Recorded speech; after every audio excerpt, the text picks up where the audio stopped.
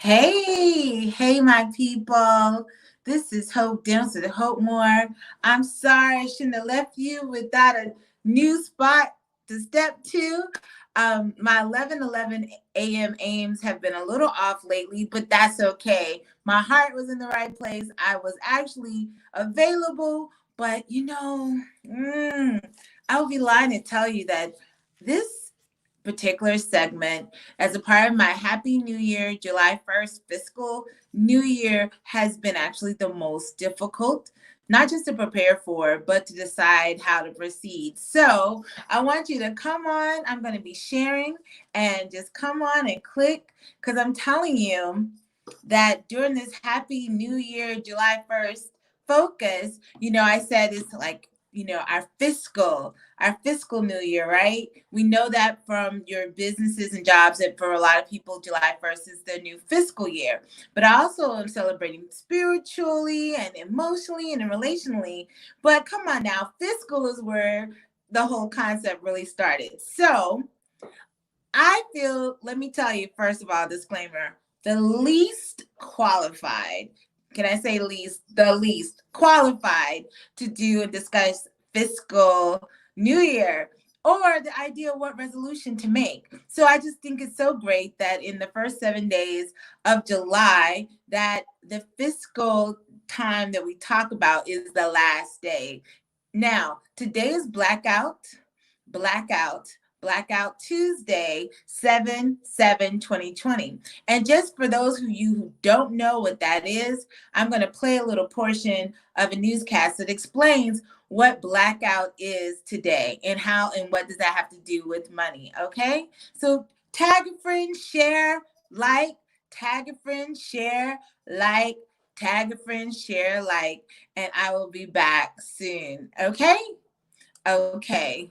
You know what? Tell me where you're coming from and where you're seeing me. Tell me down in the comments below where you're coming from, where you're seeing me. Say hi, do something. This is going to be interactive. Like I said, this is like one of the most nerve-wracking shows that I've gotten prepared for because it gets pretty personal. When you're talking about money, it can get really, really, really personal. But this is going to talk about Blackout Day 2020. Okay, here we go. Is Blackout Day 2020, a day designated for not just Black Americans, but everyone to stand in solidarity to end systemic racism. Everyone is being encouraged to buy Black, spending your money at a Black owned restaurant, a Black owned business, because they say there is power in numbers. Now, Christy Diaz joins us live from her home in Fulton County. And Christy, major companies, organizations, and celebrities like T.I. have expressed support for this growing social justice movement.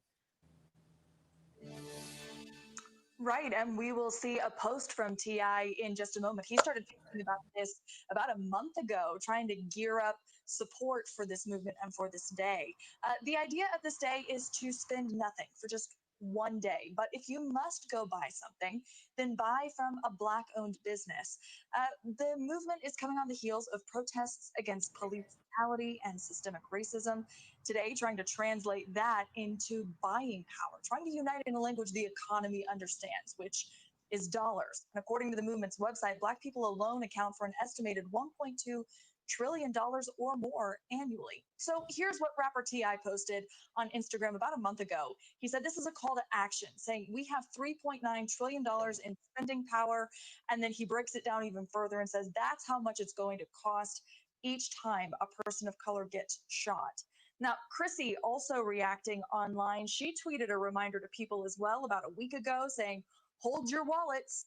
And then Marcus Taylor also posting about this movement saying, hey, why only make it one day? He posted, let's make every Tuesday a blackout day. We need to make sure we are heard. Now, of course, there are also dissenters online with any topic. They're going to be buying, maybe even buy more today because of the movement.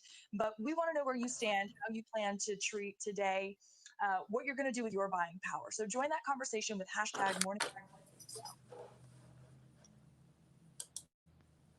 Wow. Okay. So that explains to you a little bit about Blackout Day. It is about basically supporting not only Black Lives Matter movement, but supporting it not with just signs and posters, but with our money, or in some cases, our lack of spending during this day. Black people in America could be its own country. There's over $1.3 trillion a year spent by people of color, Black people of color. So it was designed in some fashion, like a modern spin on the boycotts of, say, the Montgomery boycott that really ushered in the civil rights movement and the leadership of Dr. Martin Luther King. Where, if you don't know, the Montgomery bus boycott was based on the fact that all these Black people were being discriminated as they took the transportation of the local bus system, and they would often have to move when white clients came on the bus, but they were paying the same fare. And this is where Rosa Parks was arrested because she refused to move, and it just became a bigger movement. So what the Black people did in Montgomery in response was stop taking the bus, made the Montgomery bus system feel it in their pockets. Okay. So they got together, they carpooled with those who had cars, they walked, and it was a very serious sacrifice, but united those Black people in Montgomery made changes with their money. So today we're going to be talking about Blackout Day 7/7/2020, but I really wanted to talk about, in talking about Blackout Day 7/7/2020, I wanted to get sort of personal. And let me say, that's not true. I didn't want to get personal, but as I was looking at how I was going to format today, it got very personal. So come closer. Now, this channel is for everybody. Okay, this Happy New Year celebration is for everybody. And really, where sometimes I'll put Black people, you can put Westerners, Americans, because we are lavish spenders. But get closer. This is sort of family business. Now, that doesn't mean you have to go anywhere, but it may mean that some of this is not necessarily targeted towards you. And then other times I may bring house business into an open forum. So that's what's making me really nervous about today's talk. But one thing about Hope More, we're here to shed light and to elevate. So go ahead and forgive me if I offend you. Go ahead, do it, release it. Watch Sunday's Vespers if you need a little reminder of forgiveness. So go ahead and forgive me for offense ahead of time. Okay, can we do that? Thank you. And go ahead and say, help me, God. See, this is why I didn't want to do this, because now I feel responsible, because God was dealing with me. So at 11:11, when I wanted to go live, God was like, he switched me up. And I had planned to have a business owner or two on, and that didn't work out. And he's like, nope, it's not all about entrepreneurship. It's about accountability. So when I said I want to do Blackout Day, I wanted to sort of do a new flip on an old idea. So the particular Blackout Day is a new flip of an old idea, boycott, but I really want to talk about the Black dollar and what power Black people have in how we spend money. Now, this is not about richness, okay? It's not even about class. That $1.3 trillion that Black people spend, that comes from all kinds of stratosphere. That comes from all kinds of classes. That comes through from all type of education and educated Black people. And we need to just be a little honest with ourselves about the power that we may forfeit in how we spend money. So come along with me. Again, if I offend you, please understand I'm not trying, but I really, you know what? Let's just say this is Hope's situation. And I happen to be Black, so I'm just going to speak universally for some Black people's experience. So let's see. I moved to Atlanta, Georgia to go to Spelman College. And for those of you in the 90s, you may know that Spelman College is an all-female Black institution, one of two in the country of higher learning. And the campus was used as the backdrop for Hillman in a famed sitcom different world. So when I went to Spelman, it was like I was going to Hillman, okay? And the Whitley Gilberts that was the personified in that show was prevalent on Spelman's campus. I never met so many Black people who had maids and never knew how to make their beds and drove really nice cars. Now, don't get me wrong, I was a little spoiled. I had a little used red Porsche for my 16th birthday. So, but we weren't balling out of control. But when I say I got to see Black wealth and elitism to a whole nother level, I had never heard of Jack and Jill. I had never heard of the Boulets. I never knew that there were like 4 and 5 generation Black doctors available in the world. And I'm just meeting these people and doing internships at Yale and Notre Dame and just bumping into Spelmanites who had, they regular vacation in their home in Saint-Tropez and Paris. And I'm just like, wow. So in Atlanta, not only did I get a sense of Black wealth, but Black excellence, and just the idea that we have the opportunity to afford a lot of nice things. Now, why does that even matter? Well, one thing that I saw, regardless of class where people came from, there's a lot of pressure in the Black community, especially on different echelons of education and so-called class, is to show what you're worth. Can you say show what you're worth? In a way that's really sort of absent in a lot of other circles, a lot of other types of ethnic circles that often, we wouldn't have like a Steve Jobs wearing a Black shirt every day, or the founder of Facebook, driving a beat up car after making millions. Man, we get like 6 figures. Oh, we can lose our mind. We get a 6-figure salary. Maybe not we. I did lose my mind. I remember as a lawyer, when I started my first law practice, I had 2 law offices. I had 2 people working, one person as a part-time assistant. And here I am pulling out my shingle. I can barely afford the rent of my apartment, but I needed to show up. Now, like I said, this is not really all about being Black. It's sort of the American way of life. But when it comes to a number of people of color, we have such a small legacy of wealth management that we often excuse how we spend based on what's happened in the past. So if you don't believe me, believe this person. And I actually, he is, how can I say this? He is forthright in what he says, and some people may get upset with him, but I think he's a great source to start this conversation. And I don't know if you guys have heard of him, but I believe his name is Dr. Watkins. If you haven't heard of him, you're going to hear from him now. And like I said, I did have a disclaimer. Please forgive me for any offense. And I also disassociate myself with anything that may offend you that this clip may bring up. But there are some salient points that I look forward to talking about. I almost wish I had a call-in show like the old Donahues, because some of this is really good. So Blackout Day 2020, July 7th, all right?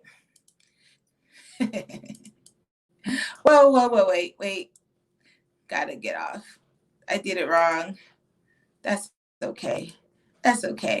So are you like me? Put in the comments if you, like me, growing up, you saw maybe, well-to-do middle-class Black people, but you didn't see Black wealth, like people who were several generations in, who had like a lot of wealth. And you can be Black or white.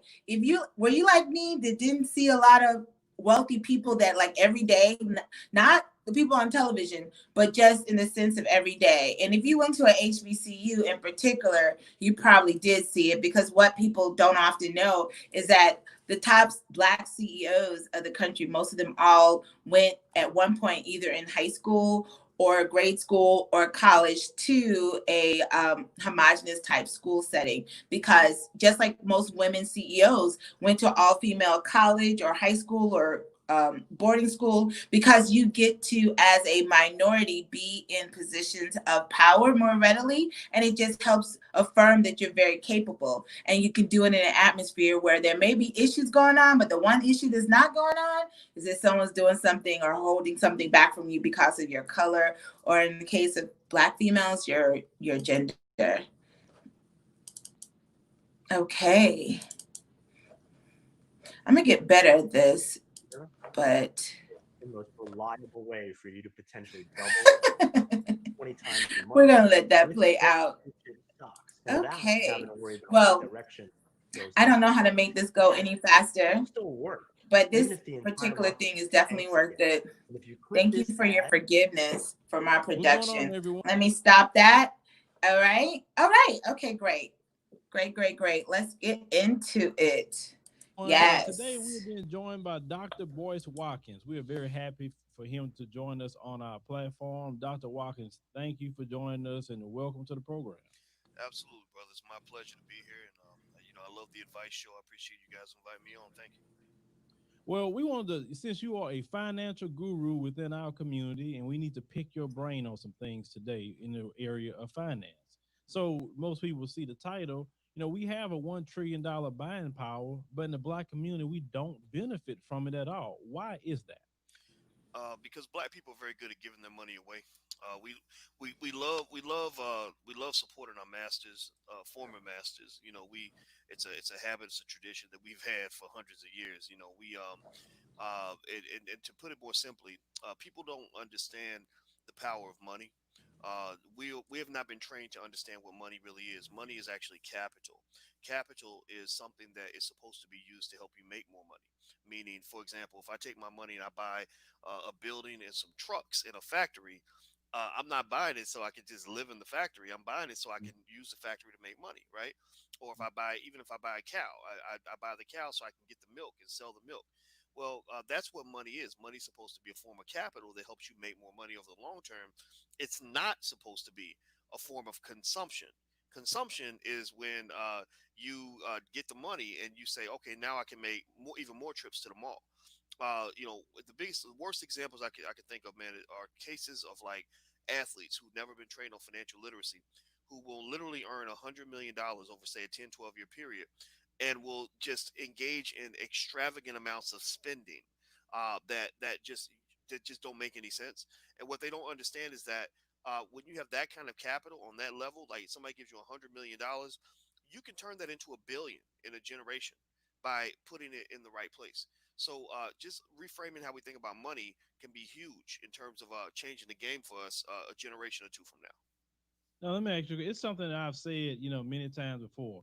Black people are the most vain people I know because we will spend our last on the most expensive stuff and we can't afford it. Why is it that we as black people have to have the best car, the best clothes, the best hair, the best shoes? But yeah, when you go in a person's house, like say some of these single guys, they got all these nice clothes, but then they're sitting on a soapbox inside of their apartment, but they look good. Why is that we have our priorities so screwed up financially? Um, because some of us grow up believing deeply in instant gratification and doing things that make you feel good. Like you think about a brother who's got 10 kids and 8 babies mamas. This is clearly not a person who has engaged in long term thinking or critical thinking. What have they been doing? They've been basically doing what feels good. She looks cute. I'm gonna go have sex with her. And the condom, I don't like this condom, so I'm gonna take it off. Boom. Next thing you know, you got a bunch of kids and maybe a bunch of diseases to go with it. Mm-hmm. Well, the same thing is true when it comes to money. You got some people that think about money as a quick hit. It's like a drug. It's like I got this money now. I can go get this outfit that's gonna make me feel better about myself. I can get this car that's gonna make me feel like I'm somebody. I can go drop this money at the club, which is gonna make me feel like I'm a successful, important person.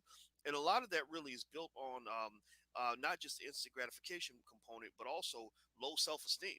Black Mm-hmm. people, we don't love ourselves. We don't love our lives. When your life is miserable and you feel stressed out all the time and you don't feel good about yourself, well, money can kind of be like a temporary way to kind of boost that up a little bit, just like smoking a hit of crack. Think about it. People that's they get high on drugs. A lot of times they do it to escape their problems. So spending Hmm. money, having the nicest this and the nicest that might be a way to kind of cover up and mask the fact that you're not happy with your life, you're not happy with yourself, and then once again, just not even understanding the power of that money goes a long way in causing that to happen. Last piece I'll throw in there too is just hopelessness. Hopelessness. If you feel that your destiny is to be broke, like you say, hey, I ain't never had nothing, I ain't never gonna have nothing. All I got is this job making $12 an hour. That's all I got. What happens is hopelessness causes you to not plan for the future because you're just thinking, I'm trying to get through today, and if I got a little extra surplus, I'm gonna spend money today on something that's gonna make me feel good right now. And so if you think about it, and it's funny because I actually show just mathematically that if you invest $25 a week, which most people can afford, most people waste 25 a week easy. Mhm. You invest $25 a week and you do that over 30 years, you'll have I want to say 150 to $200,000 if you invest that in the stock market, which is enough money for your children to have quite a bit of wealth coming into this world. But when you're hopeless and you kind of feel like, okay, I'm poor, I'm always be poor, it ain't gonna change, then what do? Are you going to really take that little bit of extra money you got and invest it for something that you don't even think is really gonna happen? Or do you take that money, blow it right now, and just say, I don't care? Wow. Wow, wow, wow, wow. Wow, wow, wow, wow. You know what? The truth hurts. Now, like I said, I don't agree with everything Dr. Watkins was talking about, but a lot of things hit true, particularly that many times people who spend a lot of money to buy things they can't afford and buying things you can't afford does not mean at the moment you didn't have the cash to purchase it, but that you have other needs that should be priority, that you mismanage the money for to supply those needs by purchasing something else of lesser value. That's what I mean when I say things you can't afford. That a lot of times we as people, as Westerners and as Black people, can spend money on things that we don't need as a status symbol because we don't feel sometimes good about ourselves. Now, listen, this is where I got stuck. And I hope to not spend a lot of time on a bully pulpit because I'm really the person who needs to hear and move. I almost feel like I thought when it came to physical fitness that I'm like, who am I to talk about physical fitness as a person who's struggling but making steps towards it? I'm like, who am I to talk about fiscal responsibility? Woo! Let me tell you. So, what is it that self-esteem and money may be attached to in the Black community? Come on, let's be real, sisters. For me, or let me just talk about me.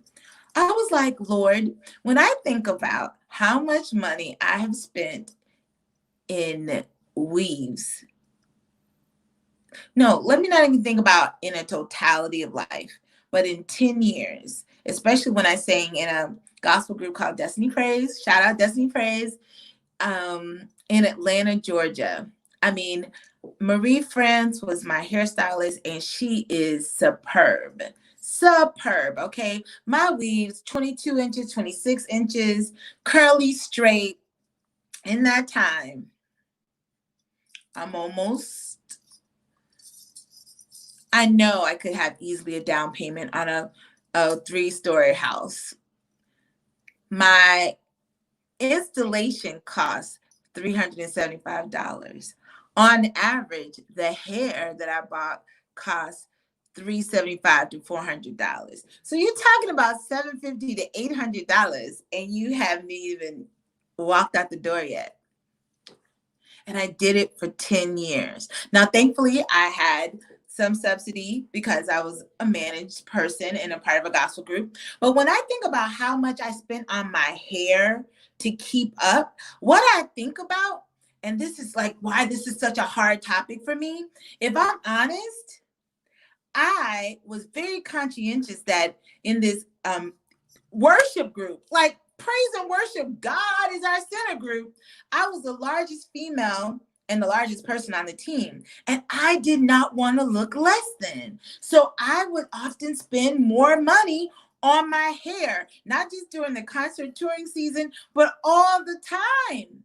Because I feel comfortable in playing, or I did feel comfortable in playing the role of the Black diva who's a little overweight, but you know, I'm all fabulous. And I'm like, how much financial progress could I have made by even just splitting that in half? Like getting my hair done for a big show, but don't worry about it the rest of the time. And I think, God, you know, what about that was attached to my self-esteem? I didn't want to be ordinary looking in my mind. I wanted to be extraordinary, not just because I was an artist, but I'm the only big girl on there. I'm only big girl. So I gotta have 26 inches, red streaks. You know, I gotta do it big. And then you fall in love with that status. And even as I've been wearing my hair natural because COVID-19, I've just not gotten into any beautician's seat. And even though I love my natural hair, when it comes to sweating, oh my gosh, I already posted about that last week. Like my hair, Africa comes back, the drums come out, and even like today, like it's raining outside, and I spent so much time twisting this and letting it dry all day, wore a cap, and I could see Africa fighting back. And so I was like, I can't be sweating on the stage and like my hair reverting and I'm overweight and I was like, wow. So when he was talking about low self-esteem, let it not be just the idea that you got to drive a big Beamer, because I didn't buy a lot of expensive name brand stuff, but I spent money on that weave. Yes, I did. Now it's been some years since I spent that much money on the weaves, but at the time it just was just a part of the course. So I think whether it's because we can be overweight or because we walk into a world where we assume and have experienced rejection, regardless of how much education you have, what kind of breeding you have, that like sometimes the monetary or consumerism that we attach to ourselves to show value really can come from a lack of esteem. And I know that's not everybody, but I'm be honest, I think I could have done differently and had a little bit more. Shoot, let me be honest, a lot more if that was the case. If that was the case. I remember I had a Lexus truck. Oh, I love that white Lexus SUV. And I had it. And for those of you who know me, there's a lot of stories behind how I got it. And I drove it a good 10 years. No, 6 years, 7 years. And what happened at the end was that I had so many repair needs on that truck, like 6,000.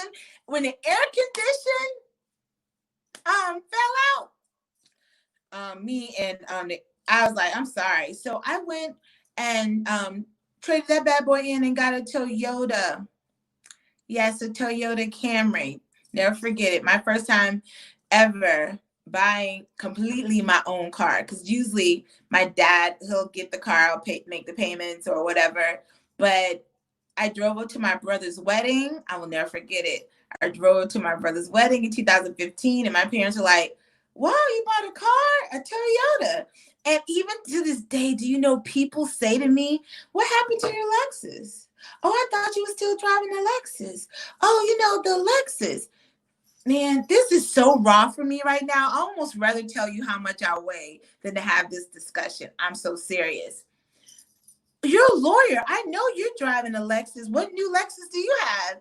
I'm like, you don't know my debt, if I have any. You don't know the type of job, financial security I have or don't have. You don't know about back taxes that I'm trying to pay off when I was trying to ball out of control with 2 offices and 2 staff people. You don't know. But I'm like, oh, I don't want to. Oh, you guys, I'm going to a funeral this weekend that's going to have some really hard hitters going, because my friend Sharon Thomas, who passed away, she knew and managed a number of celebrities. You know what I asked my dad last week, and I'm embarrassed to admit it.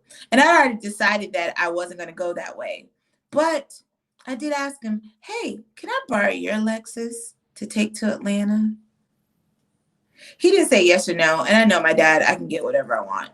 But later I got convicted. Like, why? Why? You drive what you drive. You drive the car that you pay for with your salary from Florida Coalition Against Domestic Violence and whatever private cases you take on. That's your car. The air condition works. There's no $6,000 repairs on it. You know how to park anywhere and don't worry about it getting stolen. When I had my Lexus SUV, it was broken into twice. But I sweated in that thing for a good 2 summers almost before I turned it in. I was like, you know what? Where your money at? Where your money at? Blackout Day 7/7/2020. We ain't spending money anywhere but Black businesses. However, sometimes it's not even about how much you're spending, but what you're spending it on.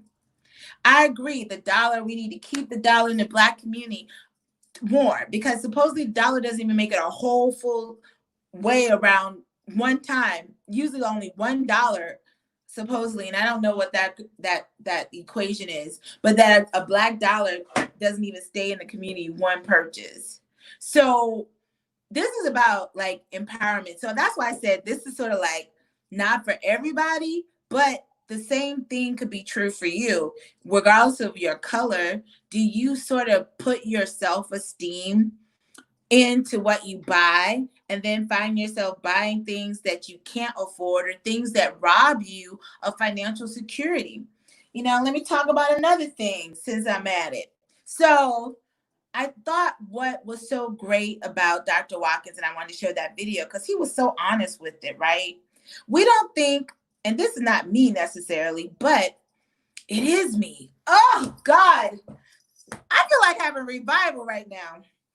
Sometimes we don't think about the financial consequences of our decisions.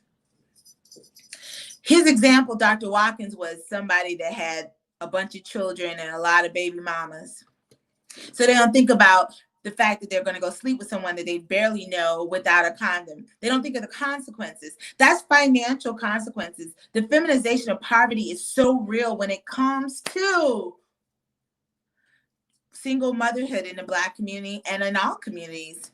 Do you even know that if you do these few things, it almost like 98% guarantee that you would not know poverty, that your children won't, that you graduate high school, that you work full time at any job.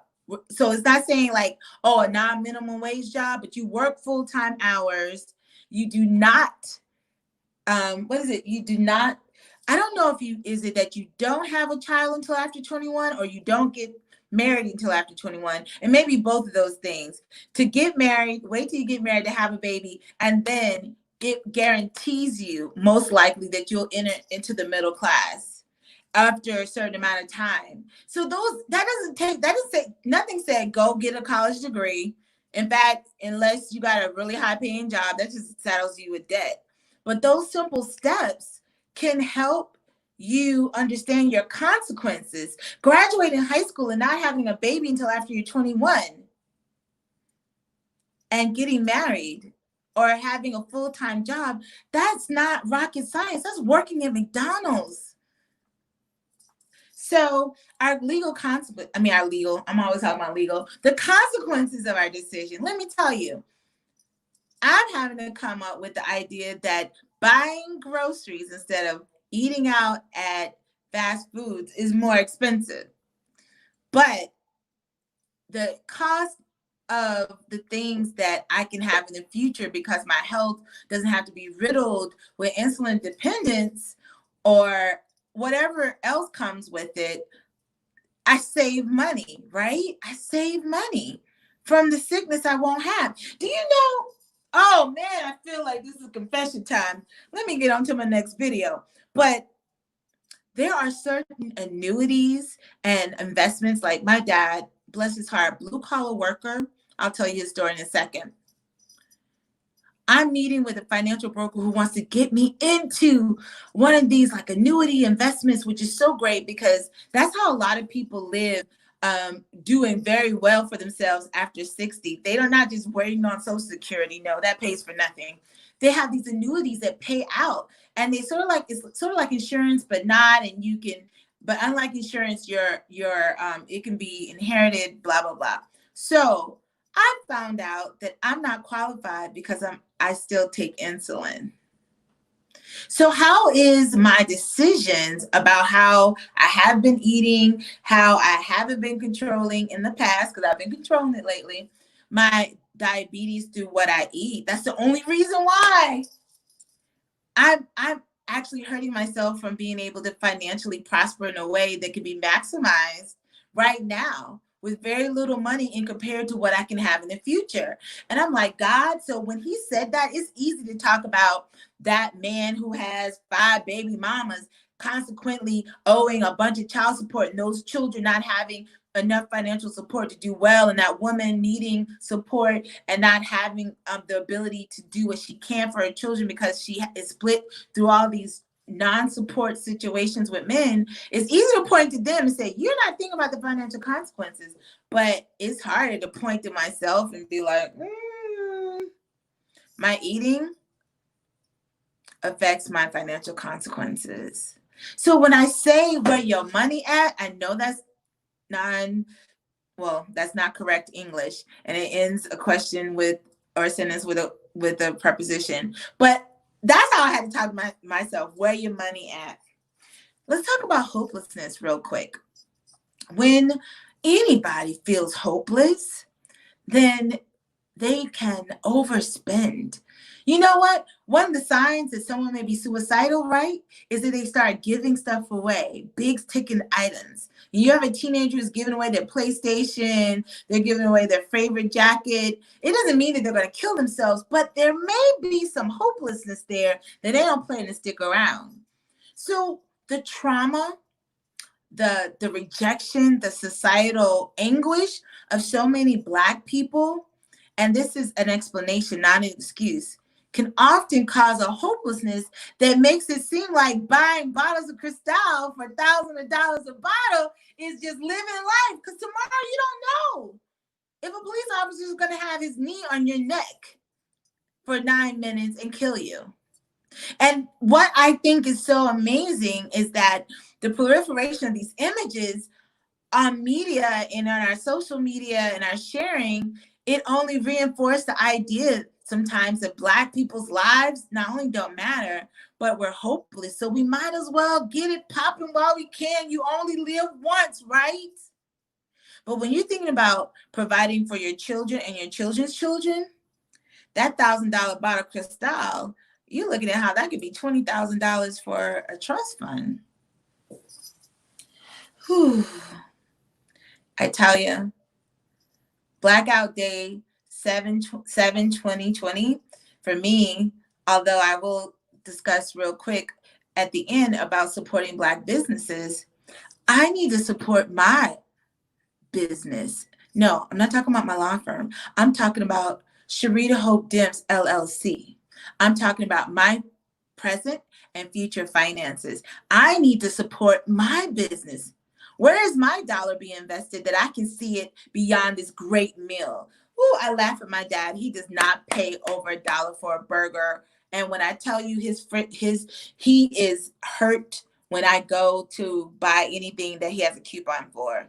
Oh my gosh, he can't even eat Huddle House unless the coupon is there, because he just something about eating something for $7.99 versus $4.99 just disagree. And I may laugh at that, but here this man is, and I don't think he mind me telling you. I ain't gonna tell it all. And if you ever gone to church with him any number of times, you probably heard it. My dad is a very smart man. He's really good with money. In fact, he's been and worked with the Finance National Treasury in our Mount Sinai conventions and stuff nationally. But my dad, when he graduated high school, in some ways, he was like functionally illiterate. I don't think he minds me saying it. And I think from my review and helping him even as a kid, that he's probably undiagnosed dyslexic. So he does really well in figuring things out, but he probably could have had a better education. But he had the best that he could, and he was on the football. He had a lot of brothers where that wasn't necessarily the biggest thing. Work ethic was. But when he went to Vietnam and he was drafted, and he was shot 2 times while he was in Vietnam, while he was recuperating, he started his own little soda and potato chip type business where after the canteen was closed, people would come and buy sodas from him. Do you know?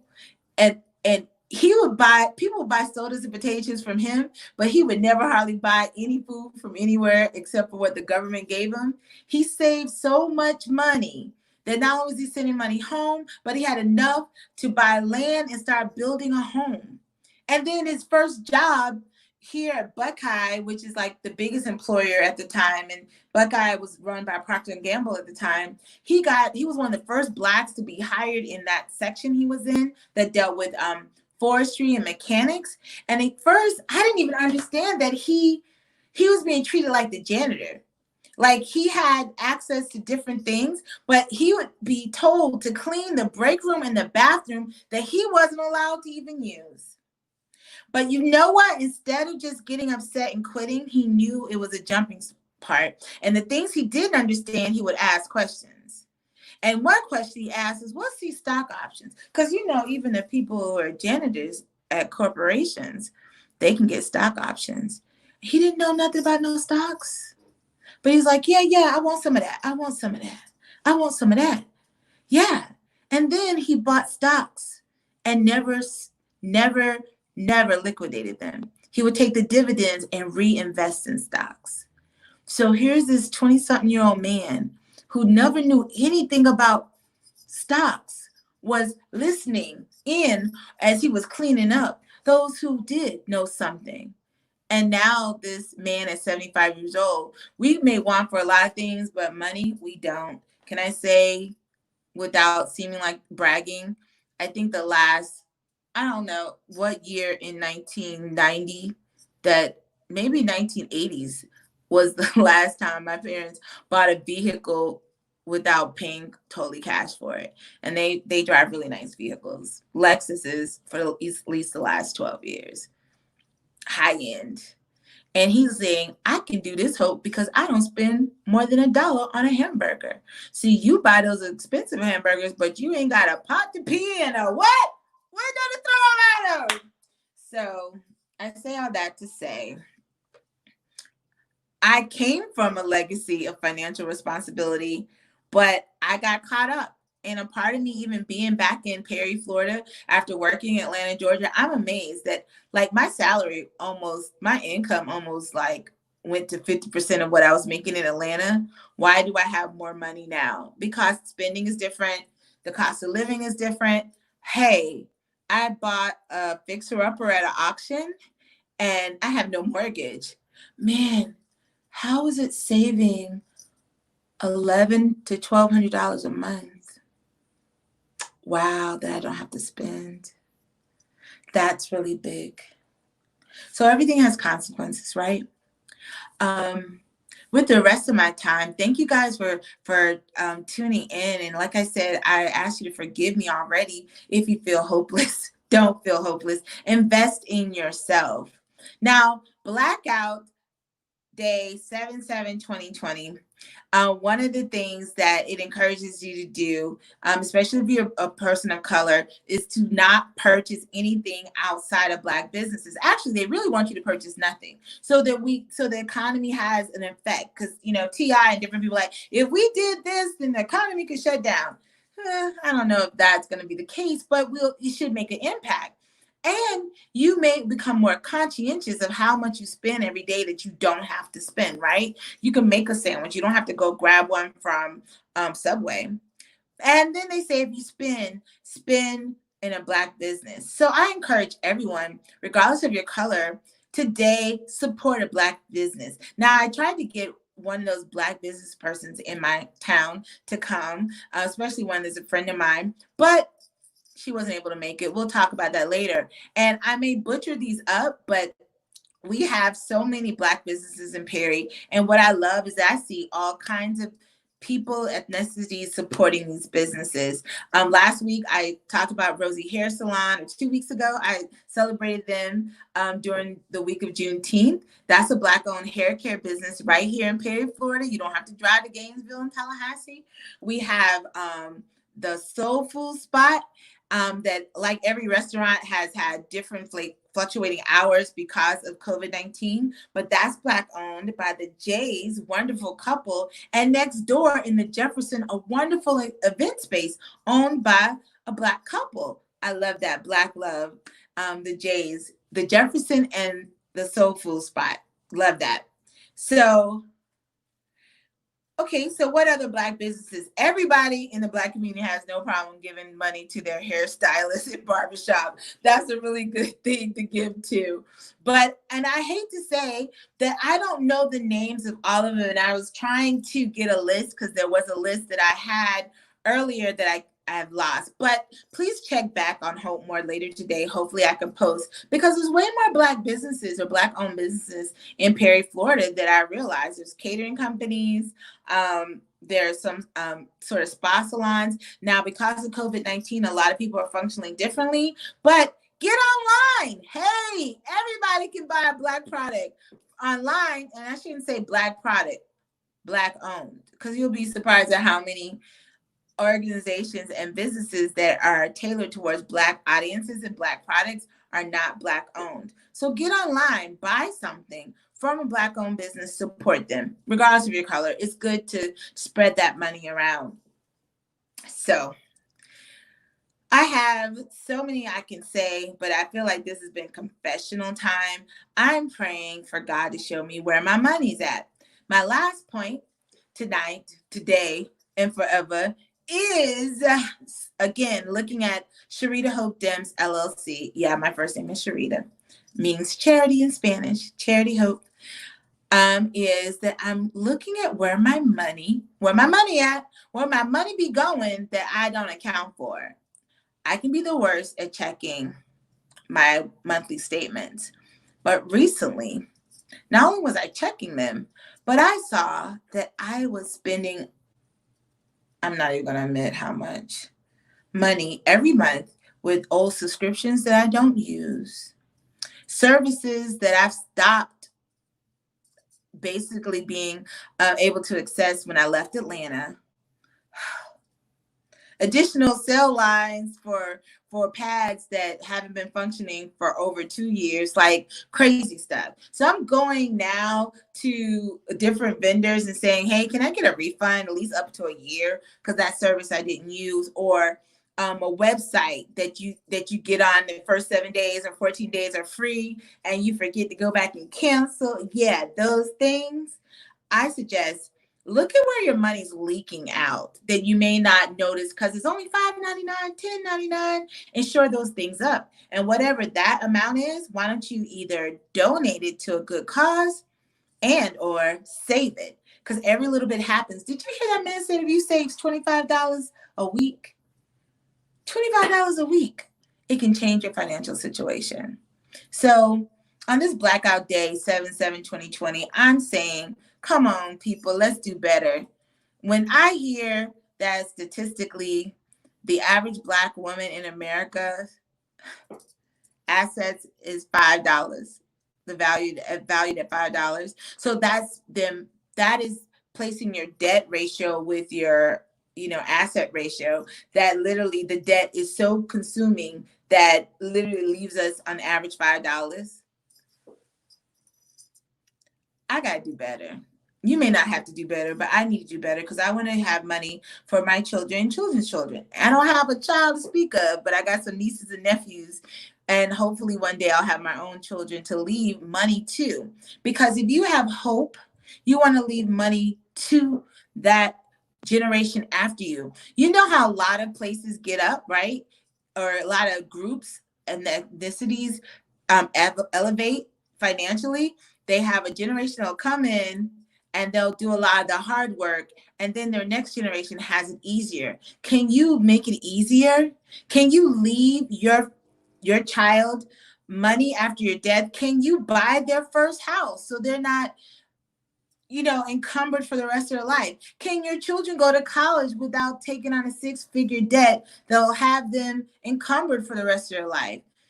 All of us as Americans can do better, but we need more financial education often in the Black community. I really don't have any excuse because my my dad was a great example. I just sort of, and I followed him for a long time, but something about me traveling to Oxford one summer just blew it all away. And I just got into a lot of credit card debt and paid it off. Promised God I'll never do it. Got in together, paid it off. And it was something about that. And it was probably both status and need. I wanted to just have more, but it's not worth it. The Bible says that they actually called those who owe, those in debt, slaves. Slaves to the debt or the debt owner. That's a whole nother thing. So this Blackout Day 7/7/2020 question is, where your money at? I want you to ask yourself for real. Where your money at? Where are you spending it? How are you investing in yourself? Be honest about maybe some things you have and that you're spending money on is attached to something that deals with esteem issues. And also be cognizant of encouraging our next generation who may feel hopeless, who may want to just live their life like they'll never have another day because in their minds, they don't. And this is not a judgment on those who like to spend and have it to spend, but for those of us who want something more than just identity through what we own, then we need to think about that while we're not on Amazon today or buying hair products from the local Black owned store. We need to think about the money that just seeps away from us generation after generation. We talk about reparations. What about our saving and investment plan? That's it. Now I have to go cook my lunch because I can't go buy nothing. And go pick up a wig that I had to remodel because I'm not spending no more money. So just understand what's good for the geese is good for the gander. I did not want to make this show. This is not the show I had planned today, but I hope it benefits you in a way that will change your life. Listen, I'm about to be out. Peace, two fingers, but I thought you may get an interesting kick out of seeing, I believe this was from 1954. I believe it was from 1954. I may have to set it up a little bit better. And it was something that I thought was really, really telling. Yes, Dr. Boyce Watkins, y'all have to give him that. Why poor people overspend.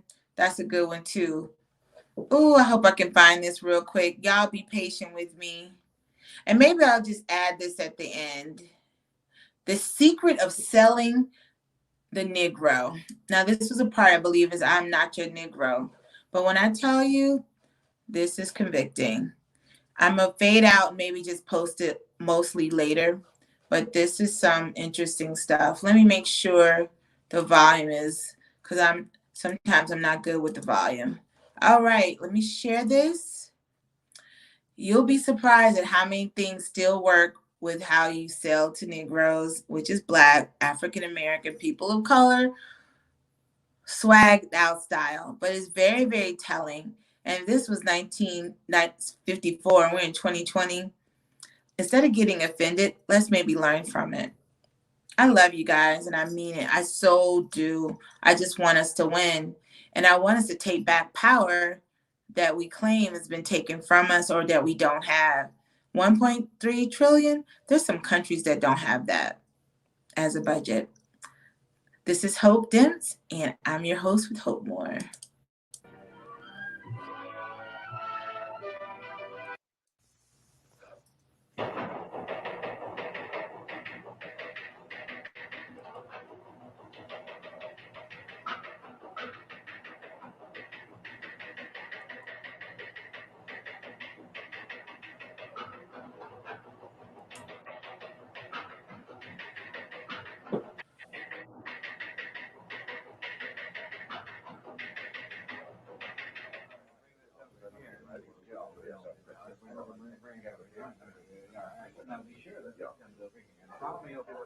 Well, move that over there. Why don't you hear? You got the level on that, Joe? Hey, how's this video coming through? All right, the light's hot enough. Don't forget to dial in close. All right, be sure and stay clear of number 2 camera. And all set. Stand by.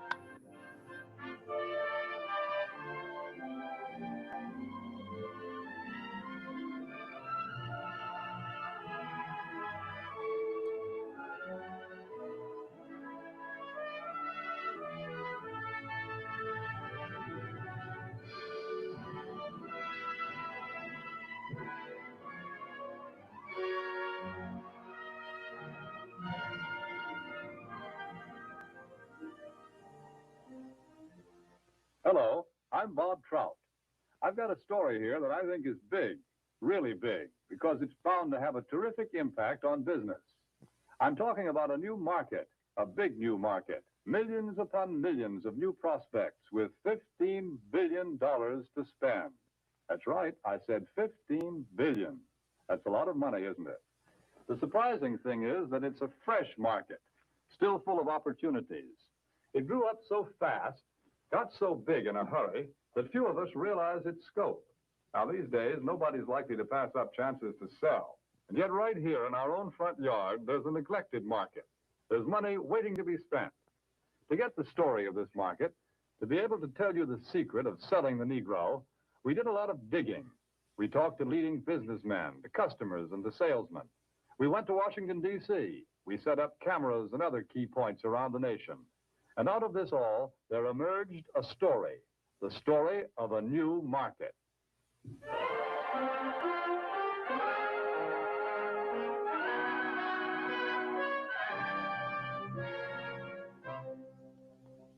Yes, this is the market we're talking about, the new Negro family.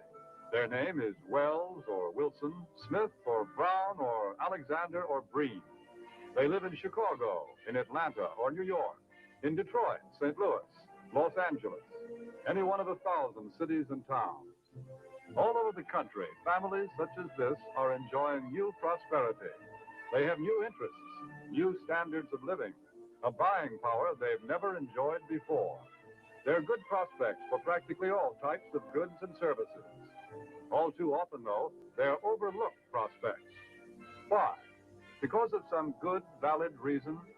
No. They're overlooked because of mistaken ideas, because of out-of-date ideas about how the Negro lives and how he buys. The truth of the matter is that the Negro lives pretty much the same as other folks.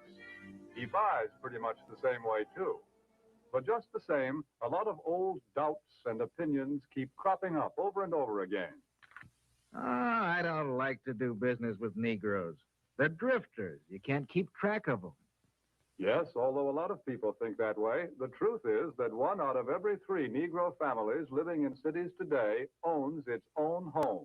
That figure comes directly from the United States Bureau of Census.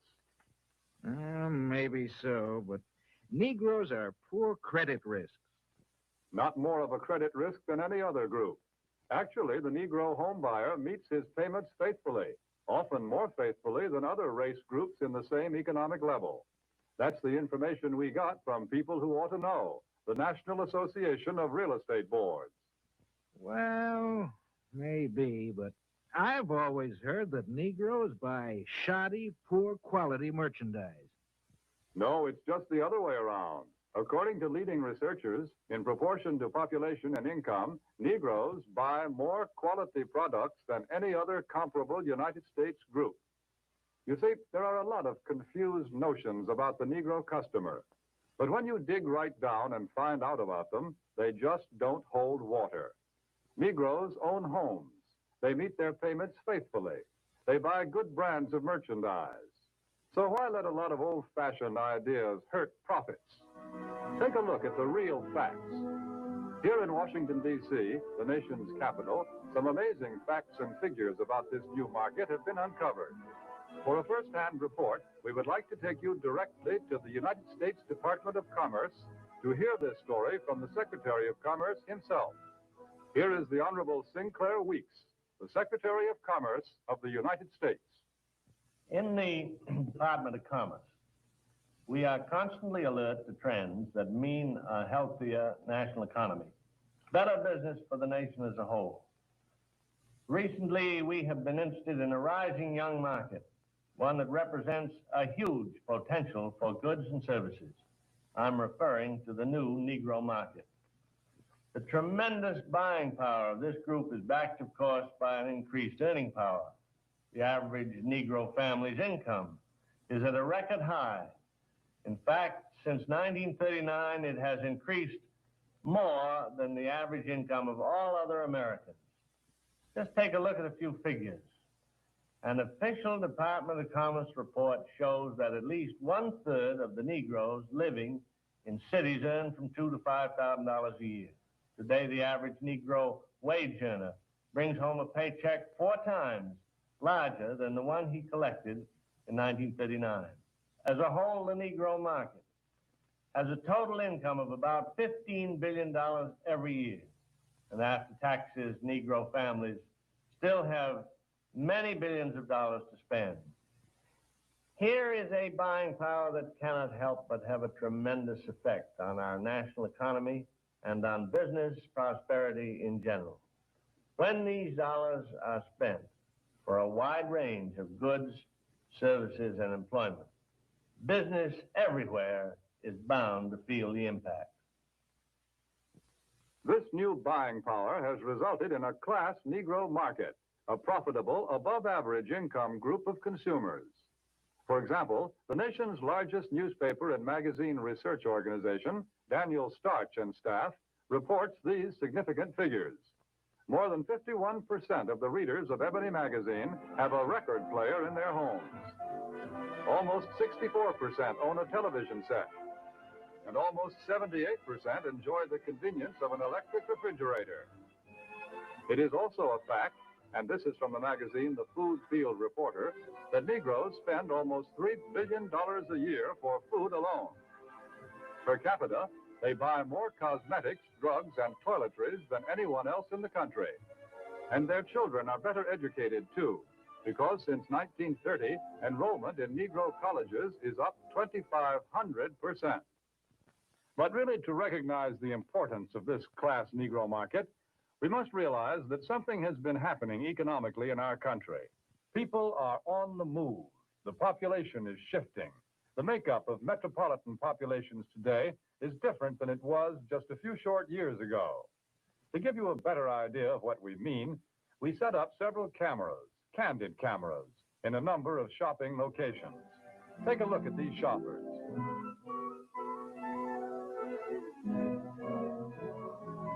Notice what a large proportion of them are Negroes. What's the reason? It's simply this. Negro families are moving into the cities where there are more job opportunities. Here they find occupations with more prestige and security, jobs that pay more money. As a result, Negro families today often make up the largest part of central city consumer prospects. A shoe store in Chicago's Loop, for example, reports that more than 50% of its customers are Negroes. In another case, a drugstore located at a transfer point in a non-Negro neighborhood finds that its Negro customers total 25%. The trend is plain. The new Negro families today are moving into more populated areas, to the cities, where there are more stores, more buying opportunities. Since 1940, in San Francisco alone, the Negro market has increased by 89%. In Chicago, by 81%. Houston, Texas, 45%. Philadelphia, 50%. The impact of this new buying force is so tremendous that actually in 14 major United States markets, a product cannot be number one without Negro support. A product must have the backing of this big